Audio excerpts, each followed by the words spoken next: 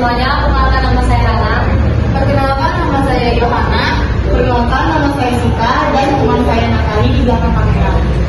Jadi pada kesempatan kali ini kami sedang bersama Romo Sabtu Sendiri sebagai Romo di Paroki Santa Maria di atas surga dan Pino.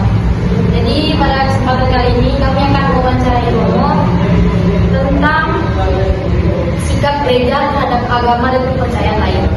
Jadi pertanyaan yang pertama, bagaimana sikap gereja Katolik terhadap agama dan kepercayaan lain? Baik, terima kasih. Sikap gereja Katolik adalah menghargai agama lain, berdialog dengan penuh kasih, bekerja sama demi kebaikan bersama. Tetap setia, ini lebih penting kita berdua, dan tetap setia pada iman kita. Ya. Nah, kalau dengan demikian, maka kita bisa menghargai dan memahami agama lain. Jadi tidak perlu terjadi konflik atau mempertentangkan, apalagi ini iman, tidak boleh dipertentangkan. Itu dia yang pertama. Yang berikutnya, Di pertanyaan yang kedua, apa usaha yang sudah dilakukan oleh gereja Katolik dalam menjalin kerjasama dengan penganut agama dan kepercayaan lain? baik, terima kasih. Ini lebih kepada yang terjadi di gereja kita ya. Di gereja kita melaksanakan silaturahmi ke pesantren yang dilakukan oleh DPP. Saya kira sudah hampir setiap tahun, dan juga ketika ada pertemuan orang muda Katolik kemarin, bukan sekuskupan Sintang ya, kita mengunjungi juga selain agama Islam dan juga ada yang Protestan kemarin ke yayasan Borneo atau kalian ikut kan? Tidak ada ikut kan? Lalu kesaksian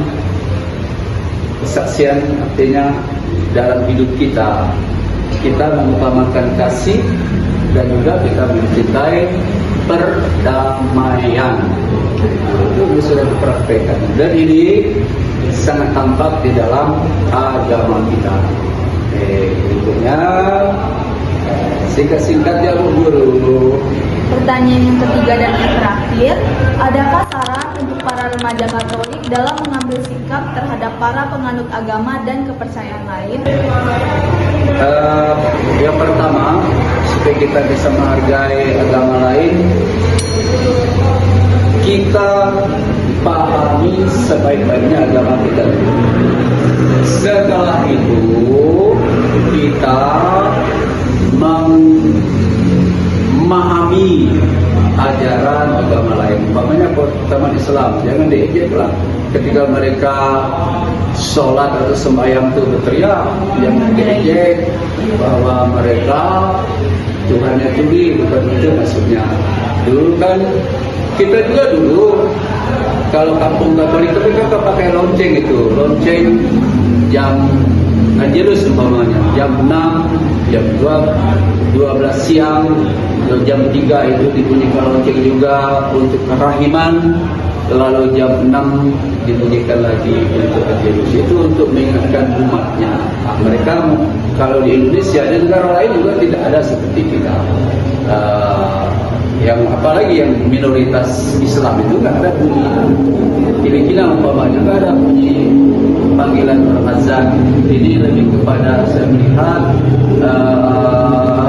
karena kita mayoritas, lalu mereka memanggil mengingatkan seperti itu.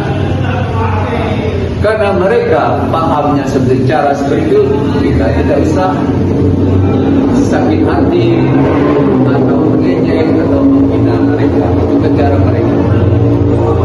Lalu tentu kita harus berjalan dengan semua orang, apalagi agama kita kan mengajarkan kasih. Jadi kita kasih kepada semua orang, semua kita. Bukan sebetulnya bukan hanya manusia, tetapi juga alam. maka sampah selalu saya ingatkan supaya dibuang pada tempat. Ya, sekira demikian cukup singkat aja. Jadi teman-teman, kami selesai mewawancari Romo Sambil Samir. Semoga dapat menyelesaikan dengan kami. Sekian dari kami, terima kasih. Terima kasih Romo. Oke teman-teman, sekarang kami sedang bersama Pak Wawan dan kami akan mewawancarai beberapa pertanyaan. Jadi, pertanyaan yang pertama, bagaimana sikap Gereja Katolik terhadap agama dan kepercayaan lain? Oke, jadi sikap kita sebagai orang Katolik sangat tegas bahwa semua orang yang berada di wilayah kita itu adalah saudara. Walaupun mungkin ada perbedaan secara agama, tetapi itu tidak menjadi perpecahan yang membuat kita saling menjatuhkan dan saling membenci ya. Jadi kita tetap menjaga persaudaraan dengan mereka. Lanjut, pertanyaan yang kedua, apa usaha yang sudah dilakukan oleh Gereja Katolik dalam menjalin kerjasama dengan penganut agama dan kepercayaan lain? Oke, jadi untuk kerjasama itu seringkali kita juga menjalin hubungan dengan mereka, kerjasama dengan mereka. Salah satu contoh adalah saat kita merayakan hari-hari besar, misalnya Paskah, Natal, itu kita juga mengajak, menggandeng mereka untuk bisa sama-sama menjaga keamanan dan ketertiban di lingkungan gereja agar kita sebagai umat Katolik bisa merayakan Natal Paskah dengan tenang dan aman.